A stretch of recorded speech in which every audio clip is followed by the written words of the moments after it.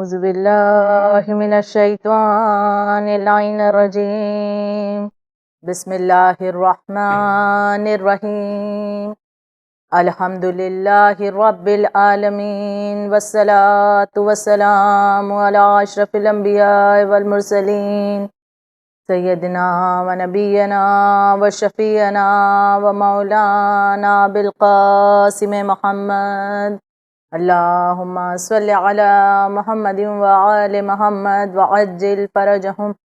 وآله الطيبين الطاهرين المعصومين ولعنة الله على أعدائهم أجمعين من يومنا هذا إلى يوم الدين. أما بعد فقد قال الله تعالى في القرآن المجيد: بسم الله الرحمن الرحيم. ان الدین عند اللہ الاسلام. عزاداران امام مظلوم، السلام علیکم ورحمۃ اللہ وبرکاتہ. بے شک پروردگار عالم اپنی باعظمت کتاب قرآن مجید میں اعلان کر رہا ہے: ان الدین عند اللہ الاسلام. یقیناً خدا کے نزدیک دین اسلام ہے. وہ دین اسلام کہ جو دین ایک مکمل دین ہے، ایک کمپلیٹ دین ہے. پروردگار عالم نے جہاں ہمیں زندگی دے کر اس دنیا میں جب بھیجا، یقیناً اس کا مقصد ہے ہمارے اس دنیا میں بھیجے جانے کا، اور اس مقصد تک کہ اس وقت ہم نہیں پہنچ سکتے جب تک کہ ہم دین اسلام کو صحیح طریقے سے سمجھ نہ لیں. یقیناً وہ خداوند عالم جو چاہتا ہے کہ اس کے بندے اس کی قربت کو حاصل کریں اور ایک بہترین راستے پر چل کر کے اس تک کے پہنچیں، تو اس کے لیے وہ پروردگار عالم جو عدل و انصاف والا ہے، جس کی صفت ہے کہ وہ عادل ہے، اس پروردگار عالم نے ایک بہترین سسٹم رکھا، ایک بہترین نظام رکھا کہ وہ بندہ جسے میں اشرف المخلوقات کہہ رہا ہوں، ان انسانوں کو ایک بہترین راستہ بتایا ہے خداوند عالم نے کہ کس طرح مجھ تک پہنچا جائے. اور اس راستے کے لیے، اس راستے پر بہترین طریقے سے بڑھنے کے لیے، کامیابی کے ساتھ خدا تک پہنچنے کے لیے، اس کی قربت کو حاصل کرنے کے لیے ہمیں دین اسلام بہترین رہنمائی کر رہا ہے. یقیناً یہ دین اسلام جو خدا کے نزدیک بہترین دین ہے، وہ دین جو کہ دین کامل ہے، وہ دین جو کہ ایک پرفیکٹ کمپلیٹ مکمل دین ہے، جس میں انسان کے ہر ایک مسئلے کا حل موجود نظر آتا ہے. اسے پروردگار عالم نے جب ہمیں یہ چاہا کہ ہم اس دین کو جانیں، اس دین کے ماتحت اپنی زندگی کو گزاریں، تو اس پروردگار عالم نے اس کا بھی ایک نظام بنایا، ایک سسٹم رکھا ہے. گزشتہ مجالس میں کچھ باتیں آپ کے سامنے ذکر ہوئی ہیں کہ خداوند عالم تک پہنچنا یا اس دین اسلام پر صحیح طریقے سے عمل کرنا، یا یہ جاننا کہ واقعاً یہ دین اسلام ہمیں کیا کہہ رہا ہے، یا اس سوال کا جواب تلاش کرنا کہ اسلام دراصل کیا ہے، تو ان کا تمام کا جواب جو ہمیں ملتا ہے کہ اسلام عقیدے اور عمل کا نام ہے. بے شک وہ دین اسلام کہ جو سب سے پہلے عقیدے کی طرف ہمیں متوجہ کرتا ہے، کیونکہ جب عقیدہ انسان کا محکم ہوگا، وہ خود بخود عمل کی جانب بڑھے گا، وہ خود بخود خداوند عالم کا سجدہ کرے گا، وہ اس کے حکم کو مانے گا. لیکن جب تک کہ انسان کے عقائد جو ہیں وہ ٹھیک نہ ہوں، وہ درست نہ ہوں، انسان عمل کے میدان میں نہیں آ سکتا. اس میں اصول دین میں عقائد کے اعتبار سے جو سب سے پہلی چیز ہمیں خیال رکھنے کی ضرورت ہوتی ہے، اور وہ ہے توحید پروردگار عالم. خداوند عالم جو یکتا ہے، جو ایک ہے، اس خداوند عالم پر پوری طرح سے یقین رکھنا، اس کی ذات پر یقین رکھنا، ساتھ ساتھ عدل و انصاف والا وہ پروردگار عالم جس کی ایک بہترین صفت عدل و انصاف کی ہے کہ جس کے ماتحت ہر ایک مسئلہ ہماری زندگی کا حل ہوتا ہوا نظر آتا ہے. اب جب خداوند عالم نے اپنی اس بہترین صفت کا ذکر کیا ہے، عادل ہے وہ پروردگار عالم، تو اس کے عدل کا تقاضا بھی یہ ہے کہ اگر وہ ہم انسانوں کو اشرف و اعلیٰ قرار دے رہا ہے، تو بے شک اب وہ ہمارے لیے ایسی راہ کو بنائے، وہ ہمارے لیے ایسی راہ کو ہموار کرے کہ جس کے ذریعے ہم مقصد اپنا حاصل اس زندگی کا کر سکیں. اور یہی وجہ تھی کہ خداوند عالم نے چاہا کہ ہم ہدایت یافتہ ہوں، اور اس کے لیے اس نے اپنے ہادی بھیجے ہمارے درمیان. کبھی وہ انبیاء کی شکل میں آئے، کبھی وہ ائمہ طاہرین علیہ السلام کی شکل میں آئے. اور خداوند عالم نبوت کا سلسلہ شروع کرتا ہے تاکہ ان نبیوں کے ذریعے سے زمانہ ہدایت پاتا رہے. نہ صرف یہ بلکہ خداوند عالم نے ایک دو نبی نہیں بھیجے بلکہ 1,24,000 انبیاء کرام کو اس دنیا میں بھیجا، تاکہ اس دنیا میں جتنے بھی انسان جس دور میں بھی ہیں وہ ان نبیوں سے فیض حاصل کرتے رہیں، ان نبیوں کے ذریعے سے ہدایت یافتہ ہوتے رہیں۔ اور بے شک یہ انبیاء کرام کہ جب اس دنیا میں بھیجے گئے بہت ہی زیادہ زحمتیں اٹھا کر کے انہوں نے اس دین کو ہم تک پہنچایا، بہت ہی زیادہ پریشانیوں کا سامنا کیا ہے، لیکن ہدایت کے کام کو آگے بڑھاتے رہے، لوگوں کی ہدایت کرتے رہے۔ بہت سے انبیاء گزرے کہ جنہوں نے بہت زیادہ مشکلات کا سامنا کیا ہے۔ بالخصوص روایات میں ذکر کیا جاتا ہے کہ 5 انبیاء جو کہ مبتلائے آزمائش جنہیں کیا گیا اور وہ اپنی اس آزمائش پہ پوری طرح سے ثابت قدم رہے، اس آزمائش کے دوران بھی وہ لوگوں کو ہدایت کرتے ہوئے نظر آتے ہیں۔ ان 5 انبیاء میں بالخصوص جن نبی کا ذکر ہو رہا ہے ان میں ایک جناب نوح علیہ السلام ہیں۔ جناب نوح علیہ السلام کے جن کے بارے میں پایا جاتا ہے کہ ان کی عمر بہت بڑی تھی، 2500 سال تقریباً اس دنیا میں آپ نے زندگی بسر کی اور اس میں صدیوں لوگوں کو تبلیغ کرتے رہے، ان کی ہدایت کے لیے کوشش کرتے رہے۔ لیکن زمانے نے پلٹ کر ان کے ساتھ کیا کیا کہ جب آپ لوگوں کو راہ ہدایت دکھاتے، جب آپ لوگوں کو تبلیغ کرتے، جب آپ لوگوں کو راہ راست پر لانے کی کوشش کرتے، اچھی باتیں بتاتے، اس وقت جناب نوح علیہ السلام کو اذیتیں دی جاتی، انہیں تکلیف دی جاتی، انہیں پتھروں سے مارا جاتا، اتنی تکلیف پہنچائی جاتی کہ آپ کے کانوں سے خون بہنے لگتا، پتھر اتنے برسائے جاتے کہ اکثر ایسا ہوتا ان پتھر تلے آپ دبے رہتے، 3 دن تک کے آپ بے ہوشی کے عالم میں رہتے، اور جب ہوش آتا تو اس وقت ایک مرتبہ پھر سے کھڑے ہوتے اور تبلیغ کا کام انجام دیتے۔ یعنی اتنی مشکلات کے باوجود بھی اس کام کو انجام دے رہے ہیں۔ کیا یہ اپنے آپ میں ایک دلیل نہیں ہے کہ یہ ہدایت کا معاملہ کتنا امپورٹنٹ ہے، خداوند عالم اسے کتنی اہمیت دے رہا ہے کہ جب اپنے چنندہ نبیوں کو بھیجتا ہے اس دنیا میں کہ جن سے کوئی خطا کا امکان نہیں ہے، ان نبیوں نے جب اس دنیا میں زحمتوں کو گوارا کیا، لیکن اس کے باوجود بھی خدا چاہتا ہے کہ وہ پریشانیاں، تکلیفیں، زحمتیں بھلی اٹھا رہے ہیں لیکن ساتھ ساتھ وہ ہدایت کا کام بھی انجام دیتے رہیں، تبلیغ کرتے رہیں۔ جناب نوح علیہ السلام کے علاوہ دوسرے نبی جنہوں نے اور بھی بہت زیادہ، یوں تو بہت سے نبی ہیں، یہاں پر اس روایت میں 5 نبیوں کا خاص کر ذکر کیا گیا۔ پہلے جناب نوح علیہ السلام، دوسرے جناب ابراہیم علیہ السلام۔ جناب ابراہیم علیہ السلام کو بھی بہت سے امتحانات سے گزرنا پڑا، اور خاص کر امتحانات کی بات ہوتی ہے تو جناب ابراہیم علیہ السلام کا ذکر ہوتا ہے، اور جس میں 3 بڑے امتحان جناب ابراہیم علیہ السلام نے دیے۔ ایک مال کا امتحان، اپنی جان کا امتحان اور اولاد کا امتحان۔ یہ تینوں بڑے سخت امتحان ہیں۔ آج ہم اپنی زندگی سے ایک مرتبہ سوال کریں کہ اگر کبھی ایسا ہو جائے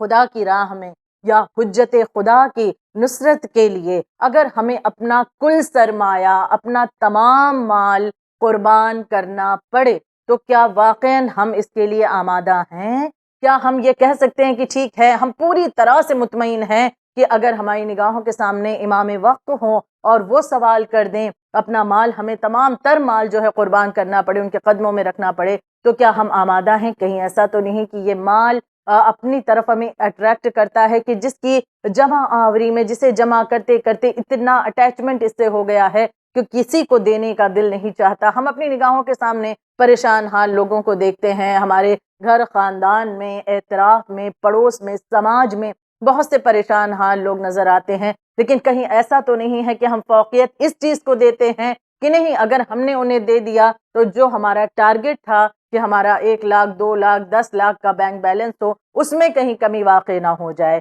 کہیں اس طرح کی اگر مینٹیلٹی ہے تو واقعاً یہ وہ سچویشن ہے کہ جو ہمیں ایک مرتبہ سوچنے پر آمادہ کر رہی کہ اگر آج ہم کسی مجبور کے لیے، کسی ضرورت مند کے لیے کچھ پیسے نہیں دے سکتے تو کیسے ممکن ہے کہ اپنے وقت کے امام کی خدمت میں تمام تر مال ان کے قدموں میں ہم جا کر کے رکھ دیں؟ یہ ایک بہت بڑا سوال جو یقیناً ہم اپنے آپ سے پوچھیں۔ جناب ابراہیم اللہ کے بہترین نبی ہیں، جناب ابراہیم علیہ السلام نے مال کا بھی امتحان دیا ہے، اور یقیناً آپ اس واقعے کو جانتے ہیں کہ جب اپنا کل سرمایہ انہوں نے خدا کی راہ میں دے دیا، خدا نے اس قربانی کے تحت، اس جذبے کے تحت آپ کو بہترین کامیابی عطا کی ہے۔ آپ نے ایک دوسرا امتحان جان کا بھی دیا کہ جب آپ کو آگ میں پھینکا جا رہا تھا لیکن مطمئن قلب ہے کہ میرا پروردگار عالم جس حال میں رکھے میں راضی ہوں، یعنی اس عالم میں بھی اس امتحان کو آپ نے پار کیا، اولاد کا امتحان بھی آپ نے دیا اور اس میں بھی کامیابی آپ کو میسر ہوتی ہے۔ یعنی کہ جناب ابراہیم علیہ السلام کہ جنہوں نے بہت سی مشکلات کا سامنا کیا، آپ نے بہت سے امتحانات دیے اور اس میں کامیابی میسر ہوئی، لیکن ہدایت کا جو معاملہ تھا، لوگوں کو تبلیغ کرنا ہے، اس کے سلسلے سے آپ رکے نہیں ہیں، بلکہ ہر ایک مشکلات کو عبور کر کے آپ نے لوگوں کی ہدایت کی ہے۔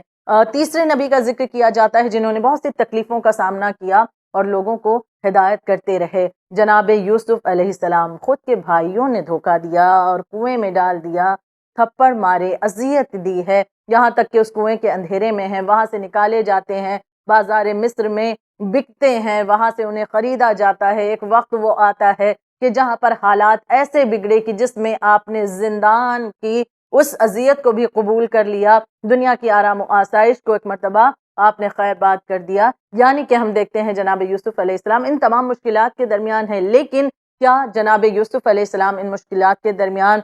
خدا کی طرف لوگوں کو مائل نہیں کر رہے ہیں؟ یقیناً کر رہے ہیں، لوگوں کی طرف لا رہے ہیں، توحید کی بھی دعوت دے رہے ہیں۔ یہ معاملات بھی نبیوں کے ذریعے سے ہم نے دیکھا کہ سامنے آتے ہیں۔ جناب ایوب علیہ السلام، بہت سی مشکلات کا سامنا آپ نے کیا، ذہنی آزمائشیں، جسمانی تکلیفیں، پریشانیاں، بیماری اس انداز کی کہ جسم کا گوشت گلنے لگا، ہڈیاں نظر آتی تھیں، لیکن اس کے باوجود بھی ثابت قدم رہے۔ پانچویں نبی جناب یونس علیہ السلام، روایت میں ذکر کیا جاتا ہے کہ 40 شب و روز تک کے مچھلی کے پیٹ میں یعنی اس زندان میں رہے ہیں، لیکن خدا کا ذکر کرتے رہے، اس کی تسبیح کرتے رہے ہیں۔ مقصد کیا تھا؟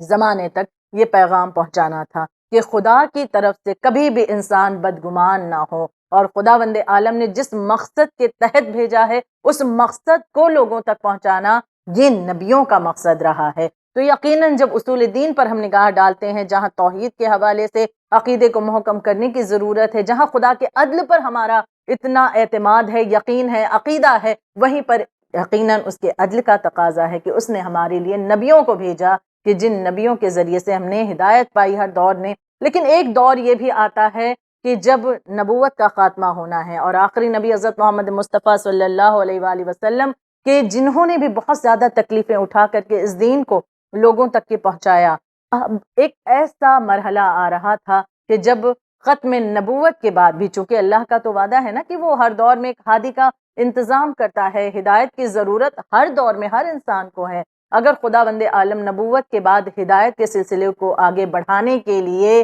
امامت کا سلسلہ جاری نہ کرتا تو آج یہی انسان پلٹ کر کہتے کہ بار الہ اگر ہم گنہگار ہیں تو اس میں نعوذ باللہ تیری خطا ہے کہ تو نے ہمارے لیے کسی ہادی کا انتظام کیوں نہ کیا۔ لہٰذا پروردگار عالم ہر دور میں ایک ہدایت کرنے والے کا انتظام کر رہا ہے، اور یقیناً ان کی اطاعت کا حکم بھی دے رہا ہے۔ سورہ نساء آیت نمبر 59 میں خداوند عالم ارشاد فرماتا ہے، یا ایھا الذین آمنوا اطیعوا اللہ و اطیعوا الرسول و اولی الامر منکم۔ بہت ہی مشہور و معروف آیت مبارکہ کہ جو ہمیں اطاعت کے اعتبار سے وضاحت کرتی ہوئی نظر آتی ہے کہ یہاں پر جو نظام اللہ نے بتایا، اطاعت کرو، ایمان والو کس کی اطاعت کرنی ہے؟ سب سے پہلے اطاعت اللہ کی ہے، خداوند عالم کی اطاعت، اس کے بعد اطاعت کرنی ہے یقیناً رسول کی، اور ان کے بعد اولی الامر کی۔ اب اولی الامر سے مراد کیا ہے؟ بہت زیادہ غم ہوتا ہے کہ اس آیت کے ساتھ بعض دفعہ بہت سے گمراہ افراد نے بہت کھیل تماشا کیا اور اسے اپنے اعتبار سے زمانے کے سامنے پیش کیا۔ بعض نے یہ کہا کہ اولی الامر سے مراد یعنی یہاں جو حکم دیا جا رہا ہے اطاعت کرو، اللہ کی اطاعت کرو، رسول کی اطاعت کرو، اولی الامر کی، اولی الامر سے مراد واضح طور پر ائمہ طاہرین علیہ السلام ہے۔ لیکن بعض نے اس کے معنی بدل کر رکھ دیے اور زمانے کے سامنے یہ پیش کیا کہ اولی الامر سے مراد حاکم ہے۔ اب اگر اس بات کو ہم سمجھنے کی کوشش کریں کہ اولی الامر سے مراد حاکم ہوتا تو حاکم تو اچھے بھی ہوتے ہیں، حاکم برے بھی ہوتے ہیں، کیا یہ اللہ کے عدل کے خلاف بات نہیں ہے کہ جو اللہ اپنے عادل ہونے کے بارے میں ہمیں متوجہ کرتا ہے وہی خداوند عالم کسی ایسے حاکم کی اطاعت کا حکم دے جو برا ہے، جو بد کردار ہے، جسے خود کسی چیز کی صلاحیت اس کے اندر موجود نہیں ہے، ایسے کی اطاعت کی طرف خداوند عالم اگر ہمیں حکم دے تو کیا یہ خدا کی عدل کے خلاف بات نہیں؟ یعنی یہ واضح ہے کہ یہ حاکم کی اطاعت کا معاملہ نہیں ہے۔ کچھ نے کہا کہ یہ صحابہ کی اطاعت کا معاملہ ہے کہ اولی الامر سے مراد صحابہ ہیں، تو یہ بھی ممکن نہیں، کیونکہ صحابہ ہر دور میں تو موجود نہیں ہے نا، لیکن اولی الامر ہر دور میں موجود ہیں۔ صحابہ رسول اللہ کے دور میں ہیں یا ان کے بعد جب تک کہ کچھ دور تک زندگی رہی، لیکن جیسے آج ہم اس دور میں ہیں تو اس دور میں صحابہ موجود نہیں ہیں، تو اگر اس اولی الامر سے مراد صحابہ ہوتے تو یہ بھی ممکن نہیں، کیونکہ صحابہ کا ہر دور میں ہونا یہ بالکل بھی ممکن نہیں ہے۔ تو لہٰذا اولی الامر سے مراد واضح ہے کہ وہ معصوم امام ہیں کہ جنہیں خدا نے حجت خدا قرار دیا، بعد نبوت امامت کی طرف آنے کا اللہ نے حکم دیا ہے، اور یقیناً ان اماموں نے امامت جب آغاز ہوتی ہے، چاہے مولا کائنات سے لے کر آج تک اس دور میں امام مہدی عجل اللہ تعالیٰ فرجہ الشریف کا دور جو چل رہا ہے، اس دور تک کہ ہم دیکھیں ہر ایک امام نے بہت سی مشکلات کے ساتھ اس پیغام کو زمانے تک پہنچایا۔ وہ دین جو کامل ہو چکا تھا رسول اللہ کے دور میں، اس دین کو کس طرح سے زمانے کے سامنے جب پہنچاتے رہے، یہاں تک کہ اگر ہم غور کریں تو ہم پاتے ہیں کہ ہر ایک امام نے اپنے اپنے دور میں کچھ مختلف اور متضاد قسم کے حالات کا سامنا کیا ہے۔ جب وہ ہدایت کے لیے آگے بڑھ رہے ہیں، انہیں روکا جاتا تھا کہ وہ لوگوں کے درمیان تبلیغ نہ کریں، یا اللہ کا پیغام لوگوں تک کے نہ پہنچائیں، یا وہ دین جو صحیح طریقے سے رسول خدا نے پہنچایا ہے اس کے اندر کچھ تبدیلی کر دی جائے اور اس کے اندر وہ فائدہ لوگوں کو حاصل نہ ہو۔ یہ باطل کی ایک سازشیں رہی ہیں، لیکن ہر دور میں امام نے اپنی اپنی کوششوں کے ذریعے سے باطل کی جو سازشیں تھیں اسے ناکام کیا ہے، اور یہی وجہ رہی کہ جب باطل کی طرف سے، ظالموں کی طرف سے ہر مرتبہ اماموں پر ایک نیا حربہ انہیں روکنے کے لیے استعمال کیا جاتا۔ ہم تاریخ دیکھیں تو علامہ سید ذیشان حیدر جوادی علی اللہ مقامہ فرماتے ہیں کہ کس انداز سے ہر امام کے دور میں ہم تھوڑی سی ہسٹری کو جاننے کی کوشش کریں تو کس طرح سے روکے جانے کی کوشش کی تاکہ وہ لوگوں تک کے اپنی بات کو یا رسول کا وہ دین صحیح طریقے سے پہنچا نہ سکیں۔ جیسے کہ حالات کو تبدیل کیا گیا، نیا نیا حربہ ظلم کا یا نیا نیا حربہ انہیں روکنے کے لیے استعمال کیا جاتا رہا۔ ہم حضرت علی علیہ السلام تو وسلام کی مثال دیکھیں، علامہ ذیشان حیدر جوادی فرماتے ہیں کہ مولائے کائنات کی زندگی میں اگر ہم دیکھیں تو جنگ صفین میں، جو کہ حاکم شام کی طرف سے خوریز قسم کی جو جنگ مولا علی کے ساتھ لڑی گئی، کوشش یہ رہی کہ اس جنگ کے نتیجے میں علی مرتضیٰ رک جائیں گے، ڈر جائیں گے، خوف زدہ ہو جائیں گے، لیکن یہ حربہ بھی کارگر ثابت نہ ہوا۔ اب ظالم نے اپنا دوسرا پیترا استعمال کیا، جہاں پر مولا علی کے ساتھ خوریز قسم کی جنگ لڑی، وہیں پر امام حسن علیہ السلام کے ساتھ صلح کر لی، اور امام حسن کے ساتھ جہاں صلح کر کے اپنی کوششیں یعنی اپنی سازشوں کو ایک عملی جامہ پہنانا وہ ظالم چاہتا تھا، لیکن وہ اس میں بھی فیل ہوتا ہوا نظر آتا ہے۔ اب تیسرے امام کے دور میں، امام حسین کے دور میں، نہ ان سے صلح کا تقاضا کیا گیا بلکہ ان سے بیعت کا تقاضا کیا گیا اور انہیں شہید کر دیا گیا۔ مولا حسین کی شہادت کے بعد جو بیعت مولا حسین سے نہیں ملی باطل کو، اب باطل نے ایک نیا حربہ استعمال کیا، امام زین العابدین علیہ السلام سے بیعت کا تقاضا نہیں کیا، اب انہیں قید کیا گیا ہے۔ اب یہاں پر ہم دیکھیں یہاں تک کہ معاملہ کی کس طرح سے حربے استعمال ظالم کرتا رہا کہ اماموں کو روکے۔ جب پانچویں اور چھٹے امام کا دور آتا ہے، پانچویں اور چھٹے امام کے دور میں، جو کہ ایک گولڈن پیریڈ آف اسلام کہا جاتا ہے، اسلام کا ایک گولڈن پیریڈ تھا کہ جس میں امام محمد باقر علیہ السلام اور امام جعفر صادق علیہ السلام کو دین کو لوگوں کے سامنے عام کرنے کا، پھیلانے کا، علم کو بانٹنے کا بہترین موقع ملا، بلکہ چھٹے امام نے اس پر اتنا کام کیا کہ یہ مذہب جعفری کہلانے لگا۔ تو یہ موقع ان کے دور میں ملا ہے کیونکہ اس دور کے جو سلاطین تھے وہ آپس میں اس طرح سے لڑنے میں مشغول تھے کہ یہاں پر جو موقع ملا امام نے اس کا فائدہ اٹھا کر لوگوں تک کے علمی باتوں کو، دین کی باتوں کو عام کیا اور بہت زیادہ تبلیغ کا کام انجام دیا۔ پھر ہم دیکھتے ہیں ساتویں امام کے دور میں، جب ظالموں نے یہ دیکھا پانچویں اور چھٹے امام کے دور میں موقع چونکہ انہیں بہت ملا اور انہوں نے دین کی تبلیغ بہت زیادہ کی، تو اب ساتویں امام کے ٹائم پر پھر سے ایک نیا پیترا استعمال کیا گیا۔ 14 برس آپ کو قید خانے میں رکھا گیا کہ آپ کے ذریعے اب علم زمانے تک نہ پہنچے۔ یہ چیز ہم دیکھتے ہیں کہ پھر ایک نیا پیترا استعمال کرنے کی کوشش امام کو روکنے کی۔ ساتویں امام کو 14 برس قید میں رکھا گیا، لیکن پھر آٹھویں امام کا دور جب آتا ہے، امام علی رضا علیہ السلام کو ولی عہد مملکت بنا دیا گیا، یہ بتانے کے لیے کہ ہم تو امام سے محبت کرتے ہیں، ہم تو آل رسول سے محبت کرنے والے ہیں، تاکہ لوگ ان کی طرف آ جائیں۔ یعنی اب یہاں پر ولی عہد مملکت بنایا جاتا ہے امام علی رضا علیہ السلام کو، پھر آپ کی شہادت کے بعد جب اس سے بھی فائدہ ظالم کو نہ ملا تو اب اس کے بعد ہم دیکھتے ہیں کہ نویں امام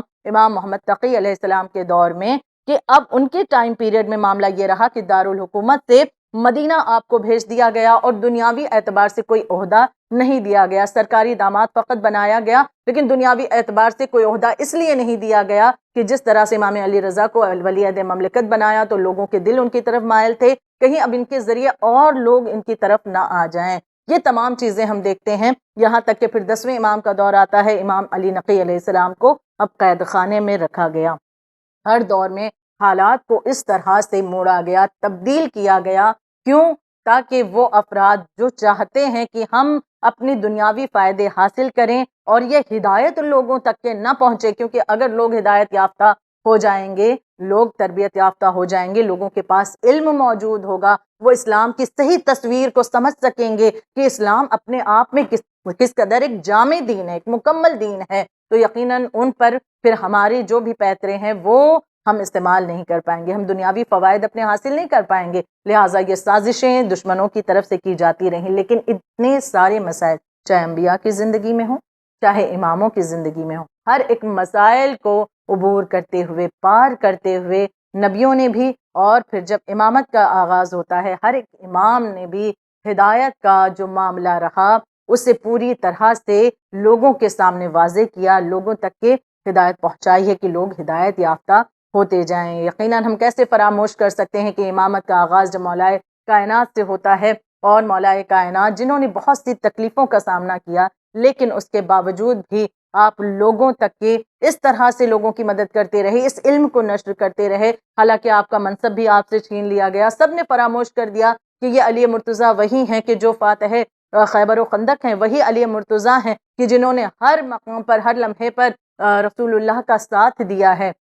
اس دین کو باقی رکھنے کے لیے رسول اللہ کے ساتھ شانہ بشانہ ان کا ساتھ دیتے رہے، لیکن لوگوں نے فراموش کیا۔ لیکن اس کے باوجود بھی مولائے کائنات اس ہدایت کے لیے کہ لوگ ہدایت یافتہ ہو جائیں، جب بھی ضرورت پڑی آپ نے ہمیشہ اپنے ذریعے سے، اپنے مشوروں کے ذریعے سے، اپنی مدد کے ذریعے سے اس دین کو زندگی دینے کی کوشش کی ہے۔ میں ایک واقعہ اس حوالے سے پیش کرنا چاہوں گی کہ جب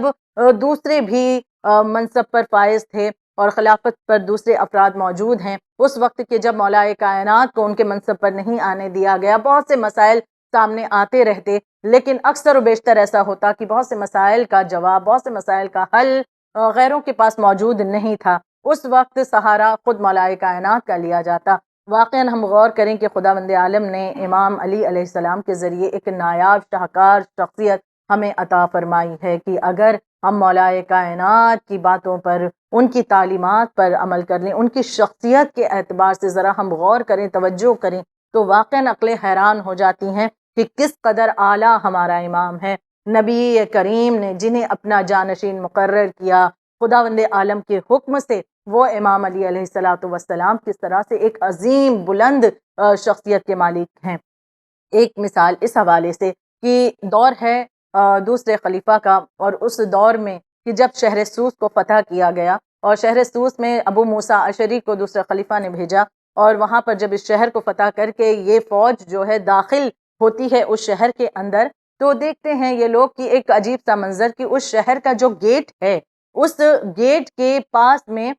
ایک بڑا سا پتھر رکھا ہوا ہے، اور اس بڑے سے پتھر پر ایک لاش رکھی ہوئی ہے جو ایسا لگتا ہے کہ یہ انسان زندہ ہے، لیکن ظاہراً پوچھنے سے معلوم ہوا کہ یہ کوئی شخص سو نہیں رہا ہے بلکہ یہ ایک مردہ جسم ہے، یہ ایک لاش ہے۔ لیکن حیران کرنے والی بات یہ تھی کہ یہ عام انسانوں کی طرح اس کی قد و قامت اس شخص کی نہ تھی، بلکہ ابو موسیٰ اشعری آگے بڑھتا ہے اور جا کر کے اس نے ناپا ہے تو کہتا ہے کہ میں نے وہ انسان جسے اس پتھر پر لٹایا گیا تھا، اس شہر کو جسے فتح کیا گیا ہے، تو اب اس شہر سوس کے اس گیٹ پر پتھر پر رکھے ہوئے لاش کے پاس جب قریب گیا، ابو موسیٰ اشعری کہتا ہے میں نے اس شخص کی ناک کو ناپا تو 1 ہاتھ کے برابر اس کی ناک تھی، یعنی کہ وہ اس کی قد و قامت کتنی زیادہ بلند تھی۔ بہت پہلے کا معاملہ یہ اکثر رہا ہے کہ بہت سے ایسے افراد گزرے ہیں کہ جن کی قد و قامت بہت زیادہ بلند رہا کرتی تھی۔ حیران ہے، اس نے پوچھا کہ یہ شخص آخر کون ہے اور اس کا جنازہ اس طرح سے یہاں کیوں رکھا گیا، اسے دفنایا کیوں نہیں جا رہا ہے؟ وہاں کے لوگوں نے، باشندوں نے بتایا کہ یہ جنازہ تو بہت برسوں سے یہاں پر رکھا ہوا ہے، لیکن اس انسان کے وجود میں ایسی برکت ہے کہ اس کا یہ لاشا نہ سڑتا ہے نہ گلتا ہے، کیونکہ یہ بہت ہی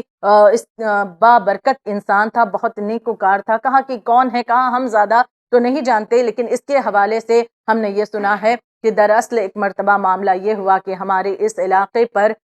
قحط پڑا اور بارش نہیں ہو رہی تھی۔ اس وقت ہم بہت پریشان تھے، بارش کی دعائیں کر رہے تھے، لیکن بارش کا ایک قطرہ بھی نہ برسا۔ ہمیں اس وقت پتہ چلا، ہمارے بزرگوں کو پتہ چلا کہ عراق میں ایک شخص رہتا ہے کہ جس کی دعا سے ہر ایک مسئلہ حل ہو جاتا ہے، اور خاص کر اگر بارش کے حوالے سے وہ دعا کر دے تو خدا بند عالم باران رحمت نازل کرتا ہے۔ تو لہٰذا ہمارے یہاں پر ہمارے بزرگوں نے فیصلہ کیا کہ اسے یہاں پر بلایا جائے۔ 50 آدمی ضمانت کے طور پر یہاں سے روانہ کیے گئے اور عراق میں انہیں روکا گیا، اور انہیں ضمانت کے طور پر وہاں روکا گیا، اور ان کے بدلے میں اس شخص کو یہاں بلایا گیا۔ یہ نیکوکار شخص جب یہاں آیا،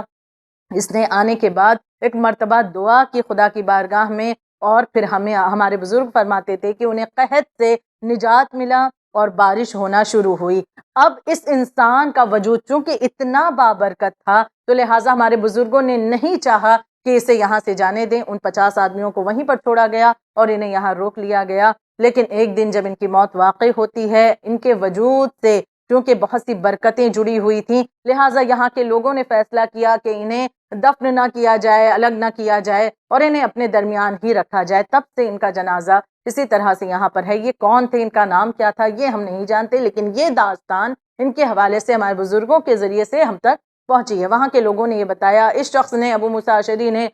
خلیفہ کو خط لکھا اور کہا کہ اس طرح کا معاملہ ہے، یہ کون ہے ہم نہیں جانتے۔ وہاں پر جب خط پہنچتا ہے، ایک مرتبہ خلیفہ نے خط پڑھا، اپنے وزیروں کو بلایا اور بہت سے عالموں کو بلایا، بات چیت ہوتی رہی کہ آخر یہ کون ہے، پتہ کرنے کی کوشش کی جائے، لیکن وہاں پر سب کا علم رکھا کا رکھا رہ گیا۔ کوئی سمجھ نہیں پا رہا ہے کہ یہ شخص کون ہو سکتا ہے۔ اب آخر کار معاملہ وہی ہے، مولا کائنات حضرت علی ابن ابی طالب علیہ السلام سے عرض کیا گیا کہ یا علی آپ بتائیں کہ یہ معاملہ کیا ہے۔ مولا کائنات، آج سے یہ 1400 برس پہلے کا واقعہ تقریباً ہے۔ آج کے دور میں اگر کسی جنازے کو کوئی انسان دیکھے اور اس کے بارے میں کچھ معلوم کرنا ہو تو پوسٹ مارٹم وغیرہ کا سسٹم ہے۔ مرنے والے کے پوسٹ مارٹم کے ذریعے سے ہاں اتنا پتہ چل سکتا ہے موت کی وجہ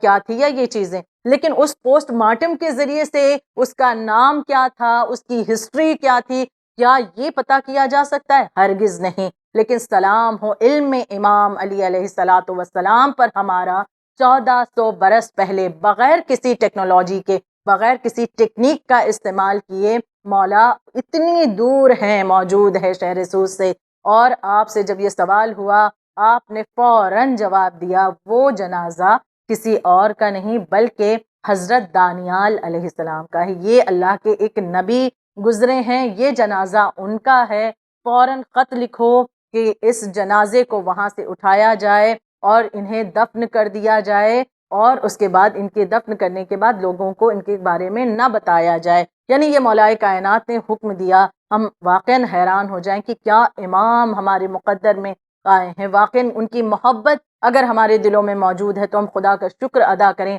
کہ پروردگار عالم نے نبوت کے بعد جو امامت کے سلسلے کا آغاز کیا، اس کے ذریعے سے پروردگار عالم کس طرح سے ہم پر کرم کر رہا ہے۔ ہر ایک سوال کا جواب ان امام کے ذریعے سے ہمیں ملتا ہوا نظر آتا ہے۔ مولا کائنات کی زندگی پر اگر ہم غور کر لیں، بہت سے ایسے معاملات ہیں کہ جن کا ہمیں جواب نظر آتا ہے۔ یقیناً ہمارے 12 امام جب ان کی زندگی کو ہم جانتے ہیں تو واقعاً عقلیں حیران ہوتی ہیں کہ خدا کا نظام کتنا پرفیکٹ ہے، اس نے کیا سسٹم کے ماتحت ہمارے لیے ہدایت کے راستے کو ہموار کیا ہے کہ نبیوں کے بعد ہم ہدایت یافتہ رہیں، ہدایت کی راہ سے ڈگمگانے نہ پائیں۔ اس لیے پروردگار عالم نے ایسے بہترین معصوم اماموں کو ہمارے درمیان بھیجا ہے۔ تو بے شک جہاں پر عقیدے کے اعتبار سے جب ہم اپنے آپ کو بہتر کرنے کی کوشش کر رہے ہیں، اسلام دین کامل ہے، پرفیکٹ، کمپلیٹ، مکمل، جامع دین ہے، تو لہٰذا اس حوالے سے جب اپنے آپ کو ہم اپڈیٹ کر رہے ہیں، ہم اپنے آپ کو آمادہ کر رہے ہیں کہ ان چیزوں کے بارے میں جانیں، تو سب سے پہلے اصول دین کے اعتبار سے، عقائد کے اعتبار سے اپنے آپ کو درست کرنے کی ضرورت ہے۔ توحید کا معاملہ ہو، عدل کا معاملہ ہو خدا کے، یا نبوت ہو، یا امامت ہو، یا قیامت ہو، ہر ایک پانچوں چیزوں کے اعتبار سے اپنے عقیدے کو جب ہم محکم کر لیتے ہیں، عمل کے میدان میں ہم بہترین طریقے سے وارد ہو سکتے ہیں۔ اور اس کی بہت بڑی مثال کربلا معاملہ ہے۔ کربلا کہ جو ہر ایک سوال کا جواب ہے۔ آج ہم کس طرح سے اپنے آپ کو آمادہ کریں اپنے وقت کے امام کے لیے؟ کربلا جواب دیتی ہے۔ عقیدہ اگر محکم ہو تو عمل کتنا شاندار ہوتا ہے، اس کی مثال، اس کی دلیل کربلا ہے۔ کربلا میں مولا حسین کے جو ساتھی ہمیں نظر آتے ہیں، ان کے عقائد کو اگر ہم غور کریں، کتنی مشکلات، کتنی بڑی پریشانی، 3 دن کی بھوک اور پیاس کا عالم، لیکن کوئی وہاں پر مولا حسین کو چھوڑ کر نہ گیا۔ مولا حسین کا ساتھ دینے کے لیے یہ کربلا والے آمادہ ہیں۔ یقیناً مختصر سی جماعت تھی مولا کے ساتھ میں، لیکن آمادہ ہیں کہ اپنی جان کو آقا حسین پر قربان کر دیں۔ بے شک مولا حسین کے صحابی کہ جن کے بارے میں خود مولا حسین نے فرمایا تھا، جیسے صحابی مجھے ملے ویسے کسی کو نہ ملے، بے شک مولا حسین نے ان نایاب نگینوں کو چنا تھا۔ بہت سے نگینے اس انداز سے آپ نے پائے ہیں جن کی اپنی اپنی ایک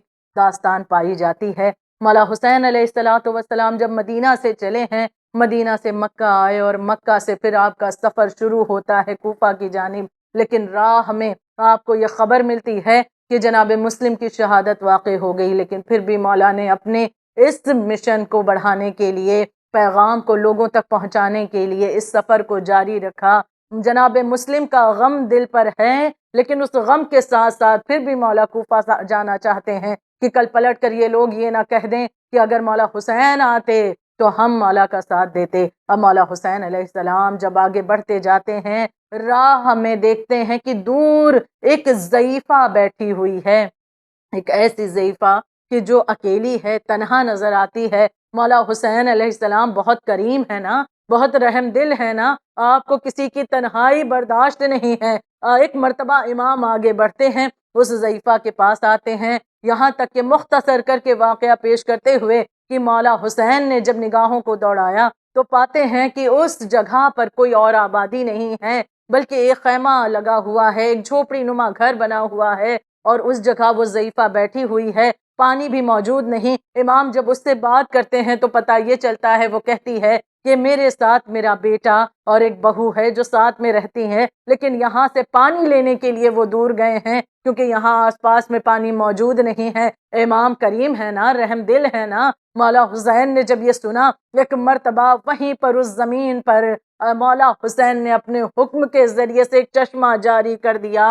بے شک یہ مولا حسین کے حکم سے اگر ایک چشمہ جاری ہو جائے، کیا سوچنے پر ہمیں آمادہ نہیں کرتا کہ اگر آقا حسین کربلا میں حکم دے دیتے تو فرات آپ کے قدموں میں آ جاتا، لیکن مولا حسین کا وہ امتحان تھا، وہ صبر تھا جس کے ماتحت آپ نے فرات کو حکم نہ دیا، پیاسا رہ کر کے شہید ہو جانا گوارا کیا، لیکن یہاں پر ایک ضعیفہ کو دیکھ رہے ہیں، اس کی پیاس کا خیال ہے، آپ نے چشمہ جاری کیا۔ ایک مرتبہ اس ضعیفہ کے دل میں امام کے لیے محبت پیدا ہوتی ہے، امام کا قافلہ اس کے بعد آگے بڑھ گیا۔ کچھ دیر کے بعد اس ضعیفہ کا بیٹا واپس آیا، بہو ساتھ میں ہے، دیکھا کہ ماں کے پاس میں ایک چشمہ جاری ہے، واقعہ پوچھا، ضعیفہ نے جب پورا واقعہ بیان کیا، تینوں کے دل میں نور ایمانی جاگا۔ بے شک یہ بھاگتے قدموں کے ساتھ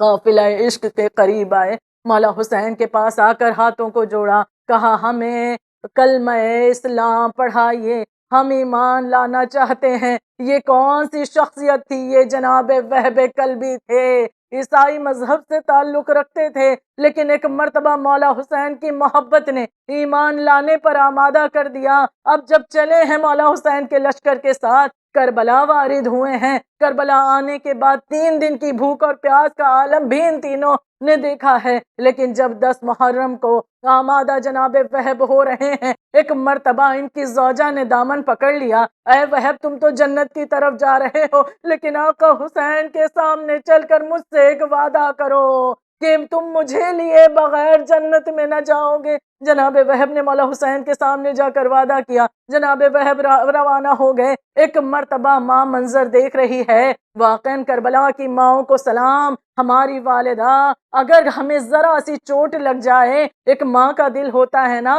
کہ ایک کانٹا بھی بچے کو چبھ جائے، تڑپ اٹھتی ہے، لیکن کربلا کی ماؤں کو سلام کہ جب جناب وہب کلبی کا سر کاٹ کر دشمنوں نے پھینکا ہے خیموں کی طرف، یہ ماں اپنے بیٹے کا کٹا ہوا سر لے کر آگے بڑھتی ہے اور دشمنوں کی طرف اچھال کر ایک جملہ کہتی ہے کہ جو چیز ہم راہ خدا میں دے دیتے ہیں اسے واپس نہیں لیتے،